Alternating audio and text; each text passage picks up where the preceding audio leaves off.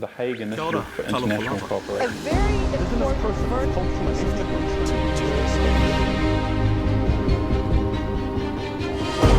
In almost every language the Israel other than Institute of New English and Zealand. My French. roots come from Jerusalem.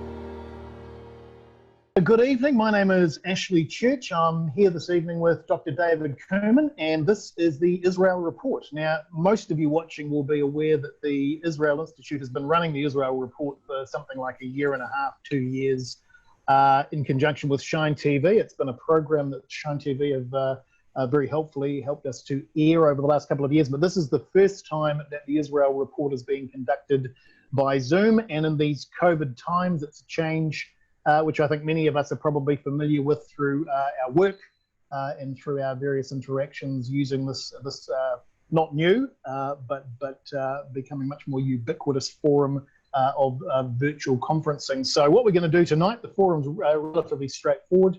It's very similar to the previous Israel reports. I'm going to ask David a series of questions.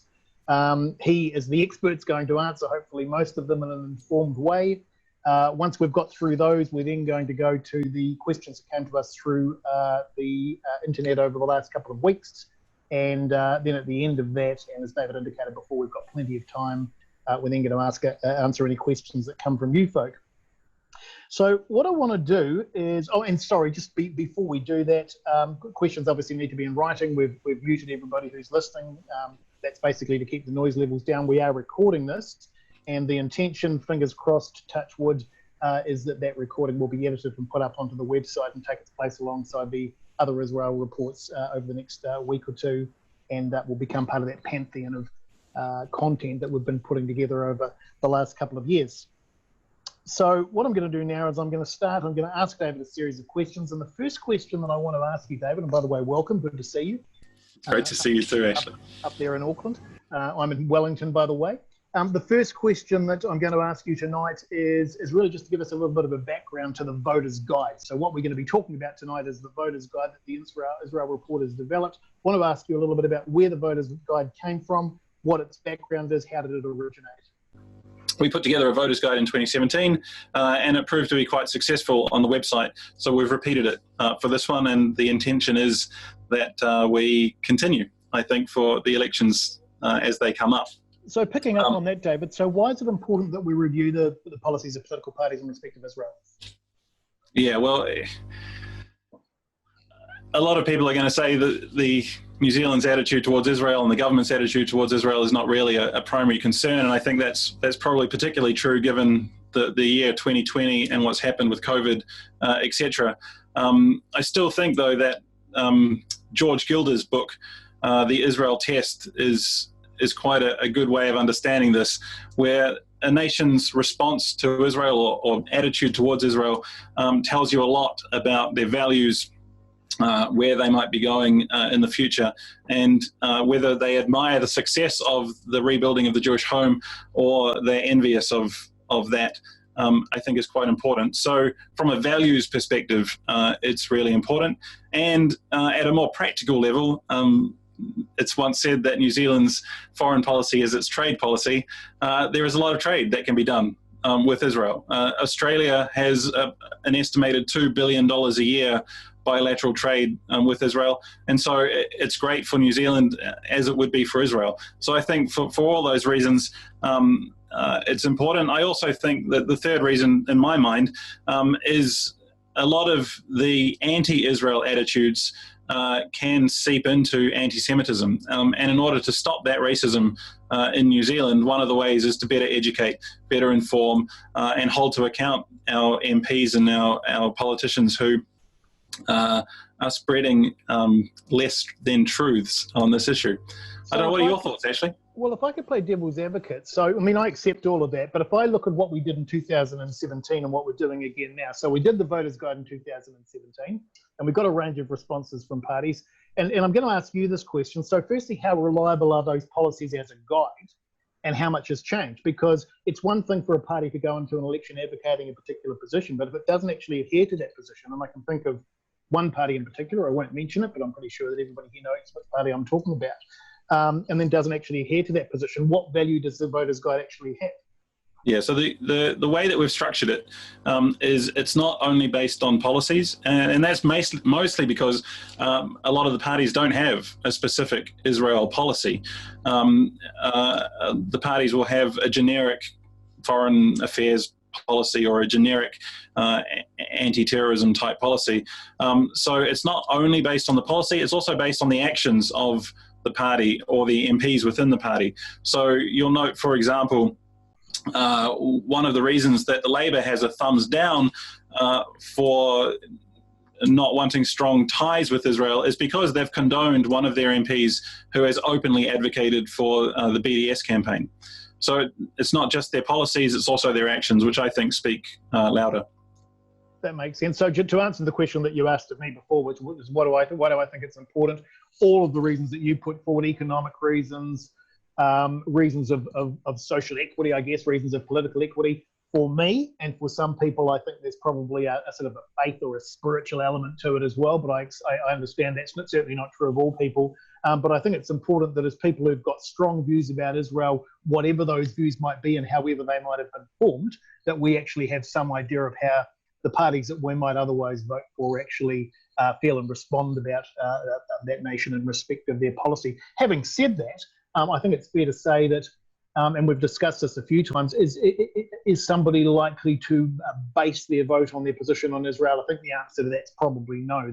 The process by which we vote is a much more multi-matrixed and multifaceted decision, but it's certainly an important consideration for a lot of people, certainly the people that are watching this video, and for, if our survey in 2017 is correct, for a fairly large chunk of this country. And so you mentioned before what the icons actually meant, David. That's probably actually a good cue for us to go and have a look at the guide itself. So there is a link there, as I understand it, to the guide, so people can actually go and have a look. So I'm hoping that everybody's actually on their laptop or computer now. And what I'm going to encourage you to do is actually go through and have a look at the guide. And I'm going to ask you, David, to explain what those in fact, I'm going to see whether I can bring it through to the page, and I'm going to ask you to explain what those various different icons actually mean. So bear with me for a moment and let me see whether I can actually bring this through to the page. There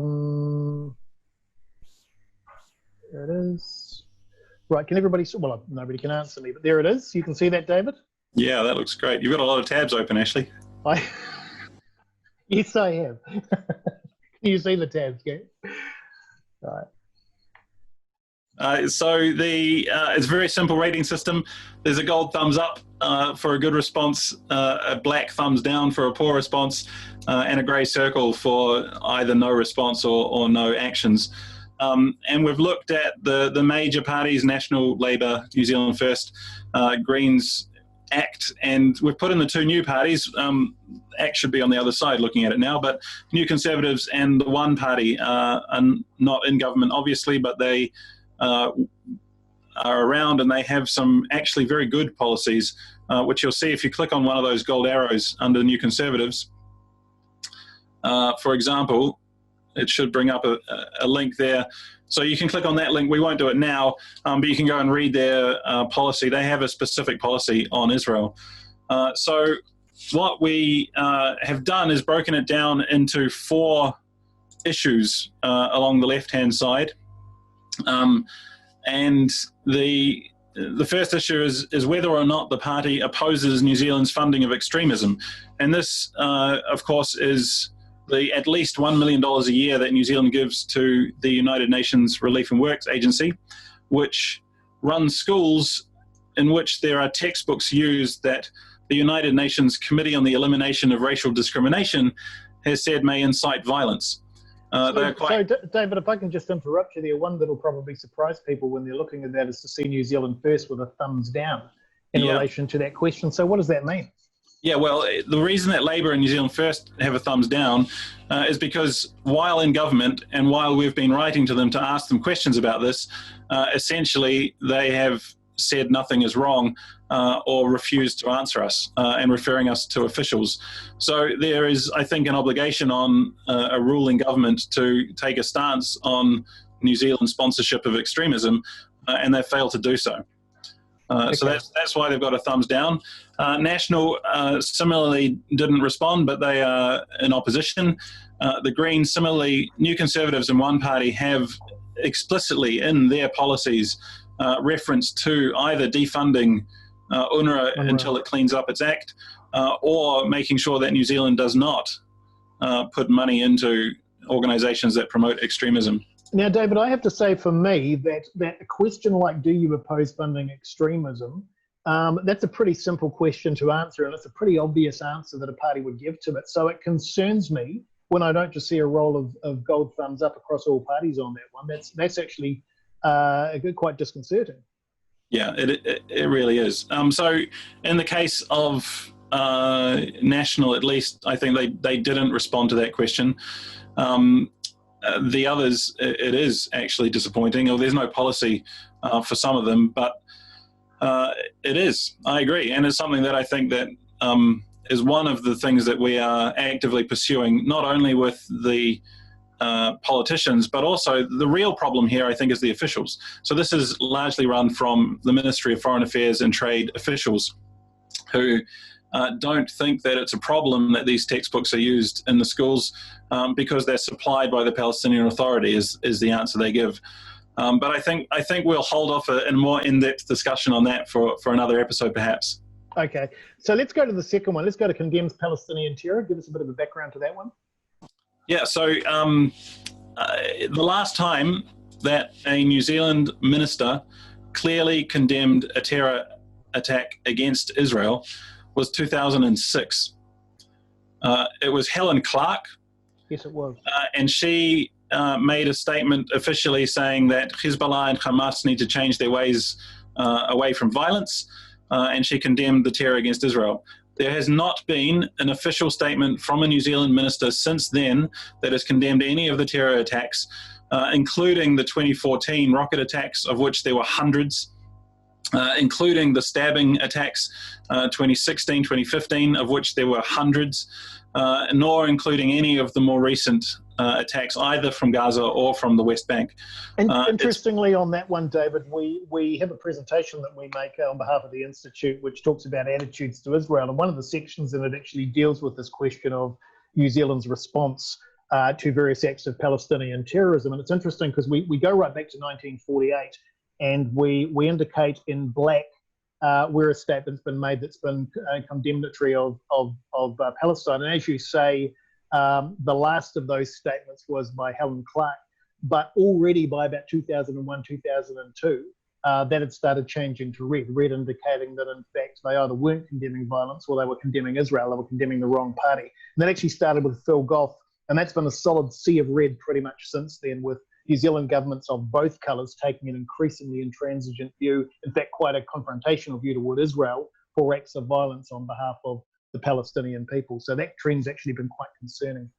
Yeah, I agree. It is concerning. To be fair, there was one tweet from the Ministry of Foreign Affairs earlier this year or late last year when there was an incident on the Gaza border in which they condemned the violence that was happening, but that's been it. And it's in stark contrast to our traditional allies, Australia, Canada, the US, even some European nations whose ambassadors or ministers have all made fairly strong statements when there's been a flare-up, particularly when there were the hundreds of rockets that were fired out of Gaza. Yep. It's disappointing, frankly, that you're right, it's been under both national-led and Labour-led governments, but no minister has spoken out clearly. Yep. So the third one, David, supports a negotiated solution, which I'm assuming is talking about a negotiated solution between the Palestinians and the Israeli state. Yes, yeah, that's entirely right. So the reason that National gets a thumbs up in this case is because they've apologised for their involvement in United Nations Security Council Resolution 2334. So both Simon Bridges at the time as leader and a number of the other MPs have openly said that they regret having been involved with that particular resolution. And that resolution really does not pave the way for a negotiated solution. It forces Israel to make concessions unilaterally. The reason that Labour gets a thumbs down is because unfortunately, they've condoned one of their MPs who supports the BDS campaign, which also pressures Israel to make unilateral concessions without taking into account any security aspects at a minimum. And the reason the New Conservatives and the One Party get gold thumbs up is because their policies are very explicit, that they support closer ties. In the case of the New Conservatives, they actually say that they would like to have, negotiated solution. In the case of the New Conservatives and the One Party, they clearly say that they are for a negotiated solution. So that's why they get the thumbs up. And let's go to the last one, David. Supports ties with Israel. Yeah, so gold thumbs up for National. This is because two of their MPs, Simon O'Connor and Todd McClay, both came out and very clearly said that they would like to have the Israeli embassy the New Zealand embassy to Israel in Israel, and have a much closer working relationship with Israel. For those that don't know, currently the New Zealand ambassador to Israel is based in Turkey, which is relatively hostile nation, so to speak. President Erdogan has said that anyone who supports Israel is an enemy. So I don't quite know how the ambassador deals with her appointment there. But the reason that National get a gold thumbs up is because the two of their MPs have said that they would like an embassy in Israel. Labour, unfortunately, again, it's a black thumbs down, and this is again because they are condoning one of their MPs who actively has been promoting a boycott of Israel, let alone stronger ties. A gold thumbs up for New Conservatives and One Party. Both of them have a very clear policy that they will want stronger ties. In the case of the New Conservatives, they said they'd put an embassy in Jerusalem, and the One Party is committed to a stronger relationship. So let's just drill down on that. That's actually a good point. So there's two issues. There's the presence of an embassy actually in Israel, and then there's the sort of the more surgically precise issue of whether or not that should be located in Jerusalem, as of course was kicked off by the United States a year or two back, and has been followed by a number of countries. I see even in the last couple of weeks that 2 or 3 more countries are going to be moving their embassies to Jerusalem. What's your view on that? Well, I mean, it makes sense to put your embassy in Jerusalem as the capital of Israel. Yeah. There are political hot potatoes around it if you want to placate the Arab Palestinians. Because of the status of Jerusalem, but there should be no problems putting it in the western side of the city, given that that's well within the 1949 armistice line. So there shouldn't be a reason not to. Unfortunately, there is, and we've seen recently Kosovo and Serbia recognize Israel, and Kosovo committing to put an embassy there. And the European Union has actually threatened those countries. Threatened to take away their EU membership for putting an embassy in Jerusalem. So given that New Zealand closely follows the EU on these issues openly, this is what the MFAT have told us, New Zealand's foreign policy in terms of Israel is not as independent as some people would like to think. Unfortunately, it's unlikely that a national or Labour-led government would take the political step of moving to Jerusalem, but it would be a great move, I think, to take the ambassador out of Turkey and put them in Israel. Interesting. That's what a nation would do if they were committed to a strong relationship. And an independent foreign policy. And just on that point too, I note that New Zealand has an embassy in Iran, which has a long-standing policy of genocide toward Israel. So clearly our moral stance on these things is a little bit askew. Yeah, quite. And we've actually put in an OIA request to MFAT for how much funding they put into various embassies around the world, because one of the arguments, of course, is that it's too expensive to have an embassy in Israel. So we'd like to know exactly how much it does cost. And my other argument to that is it won't cost as much if you move the embassy from Turkey to Israel. Good point. So I'm just working my way, David, now through some of the questions that came online over the last week or so. And one of those questions you may or may not have a view on is this whole question of double taxation.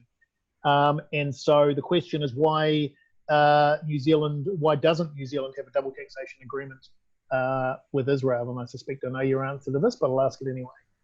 Yeah, look, I actually don't know. I'm not very well versed in this aspect, and I haven't been able to dig into any answer in the days since the question was posed. But what I would say is, if New Zealand really was committed to doing deals with Israel, doing more business with Israel, having closer ties, as the innovation agreement, which was signed, which we should mention, suggests, then the double taxation policy should be removed, and people that are doing big deals in particular should only be taxed once, like it is with other countries around the world. So I'm not too familiar with that question, or the wheres and where nots, but I think it's an important point to raise vis-a-vis New Zealand walking the talk. Yeah, no, I agree. Now, I'm just moving through these questions, but just a reminder to those who are watching, if you do have a question of David or myself, but probably of David, then do put that in the chat section, and because we'll be picking up on those in a couple of moments. But David, another question here that came in online over the last week or so was about why media, politicians, and others ignore the San Remo Agreement of 1920, and I think that's a really good question. Yeah, I think it's a great question, and I mean, more broadly, the media, politicians, and others ignoring important events in the history of the formation of the modern state of Israel. The San Remo Agreement is one of them, of course. The League of Nations acknowledgement, the other major one, I would say, not to mention the mandates and other issues, I think is less of, I hope, is less of a sinister motivation in ignoring it, and more of a genuine ignorance. And that's part of, I think, why INS is around, is to try and plug that gap, to try and educate, to try and advocate, and to try and make sure that when people are writing about the history, that it's correct, and that these important events are not missed out, and that they are put in there. And that I see as part of our role, and we're very grateful to have all of your support. Agreed. Just moving on now to, we've got one question so far in the chat box, and that's, what about the Māori Party? Which is a good question. Yeah, it's a great question. We haven't covered the Māori Party.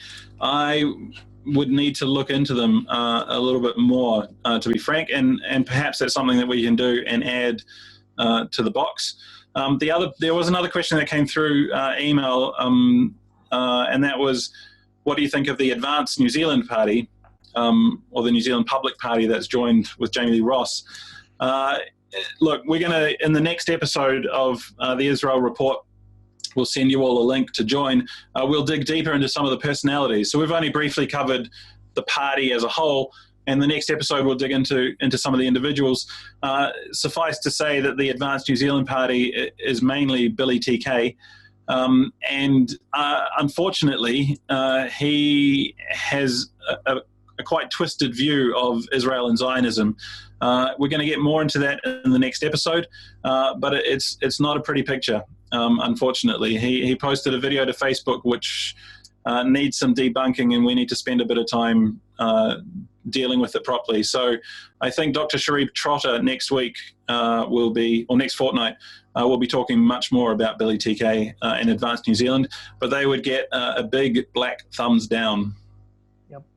Just on because you mentioned a couple of parties that were standing at this election too, and I think one of the things that concerns me is that there's a proliferation of these parties sitting on either the centre right or perhaps a little bit more extreme right at the moment, and there's a bit of an ignorance of the way that MMP works. So MMP basically requires either that you win an electorate seat or that you gain more than 5% of the vote. And the problem that you've got is that when you have so many parties who are advocating more or less in the same space, basically they cancel each other out. It makes it almost impossible for anybody either to win that sort of golden electorate seat, which is going to get you into Parliament, or indeed to get to that 5%. And so the concern that I've got is that there's actually some parties there with some reasonable policies toward Israel, but none of them's going to be elected because they're not going to win an electorate seat, and they're very, very, very unlikely to get that 5% of support.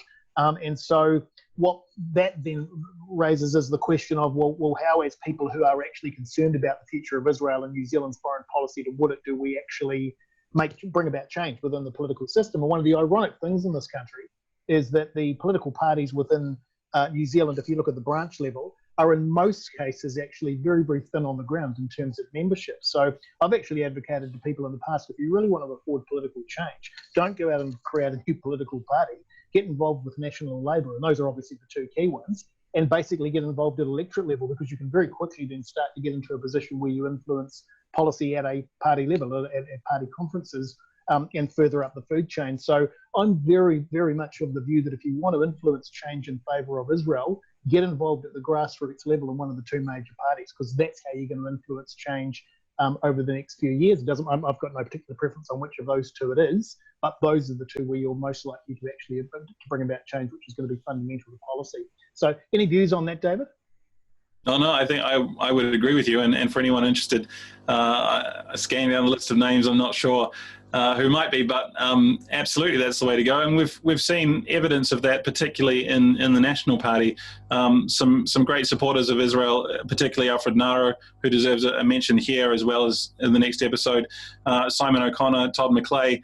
These are national MPs who are causing a little bit of a shift within the party and more generally. So Alfred started the Parliamentary Friends of Israel group, which also has members from other parties coming, and it's a great way to engage people and to educate and advocate and call for a stronger relationship. But I would absolutely endorse that, Ashley. I think it is unfortunate that there are a lot of smaller parties with great policies. It would be nice to see some of that filter in.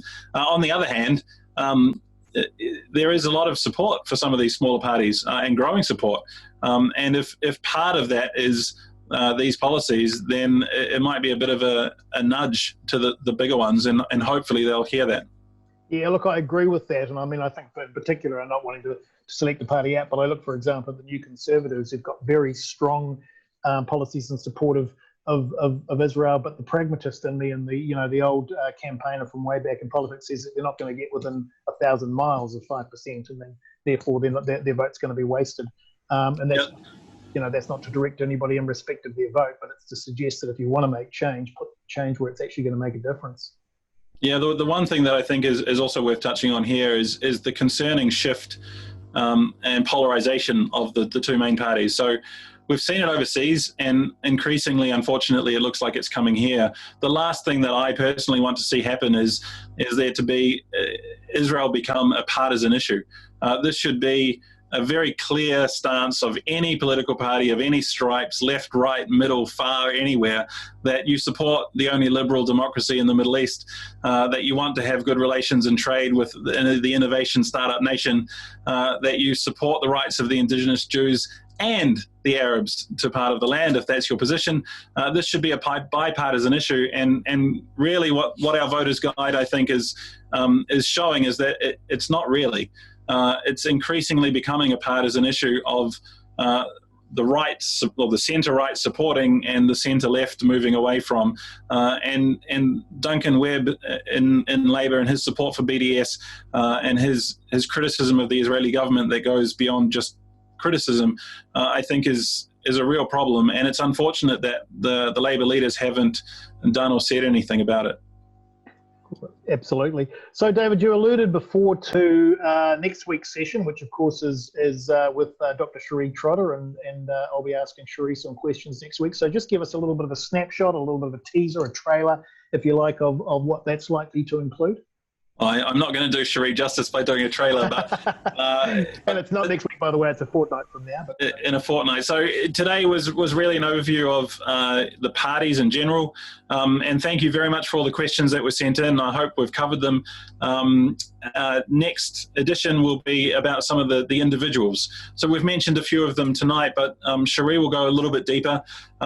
We might be able to show you some of what people have said and done in more specific detail, and help you to understand who's who in our political landscape. Great. And so just by way of I guess, apology for this first session that David and I have engaged in today. This was obviously our first go at a live session, as David mentioned before. By the time we come back, by the time you see David again in perhaps a month's time, he'll have had his teeth whitened and his contacts replacing his glasses, and he'll look every bit the movie star. Sadly, I'll basically look as I do now. But we're looking forward to doing this on a fortnightly basis. If you do have ideas about the sorts of things you'd like us to discuss, that would be hugely helpful. Do email us and we look forward to continuing to provide these sessions for as long as there's an audience that's going to be interested in the sorts of things that we talk about. So thanks very much, everybody, and we'll see you all again in a fortnight's time. Thanks, David. Good night. Thanks, Ashley. The Hague Initiative for International A Cooperation. very important virtual